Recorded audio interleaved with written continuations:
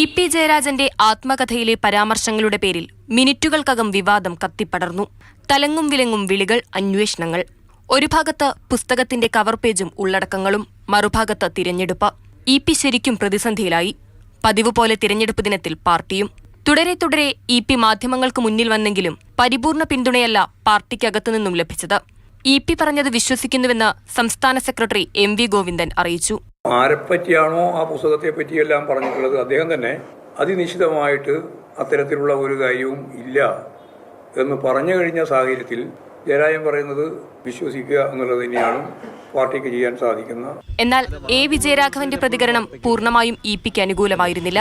ഒരു വാർത്ത നിങ്ങൾ ഇന്ന് ആവശ്യമാണ്, ഇന്ന് തെരഞ്ഞെടുപ്പുള്ള ദിവസം, അതിലേക്ക് ഒരു വാർത്ത ഞങ്ങളാരെയും തെരുവുകൾ കരുതുന്നില്ല, ഇന്നൊന്നും പറയില്ല. ഇ.പി. വ്യക്തമാക്കിയല്ലോ എന്നായിരുന്നു എം.ബി. രാജേഷിന്റെ വിശദീകരണം.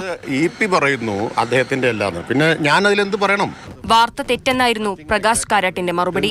Nothing like that has been published. This is obviously a stunt keeping the by-elections in view. Nobody will be fooled by this. മാനിപ്പുലേറ്റ് ചെയ്തതാണെന്ന് ഇ.പി. ജയരാജൻ അറിയിച്ചിട്ടുണ്ടെന്ന് ടി.പി. രാമകൃഷ്ണൻ വ്യക്തമാക്കി.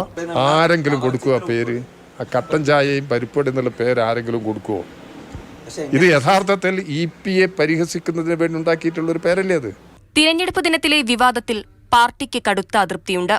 അതിൽ ഇ.പി.യുടെ വിശദീകരണം പാർട്ടി നേതൃത്വം എത്രമാത്രം വിശ്വസിക്കുന്നുണ്ടെന്ന് ഇപ്പോഴും വ്യക്തമായിട്ടില്ല. പാർട്ടിയെ ബോധ്യപ്പെടുത്താൻ കഴിയുന്നതിനനുസരിച്ചായിരിക്കും ഇ.പി.യുടെ രാഷ്ട്രീയ ഭാവി. മാതൃഭൂമി ന്യൂസ്, കോഴിക്കോട്.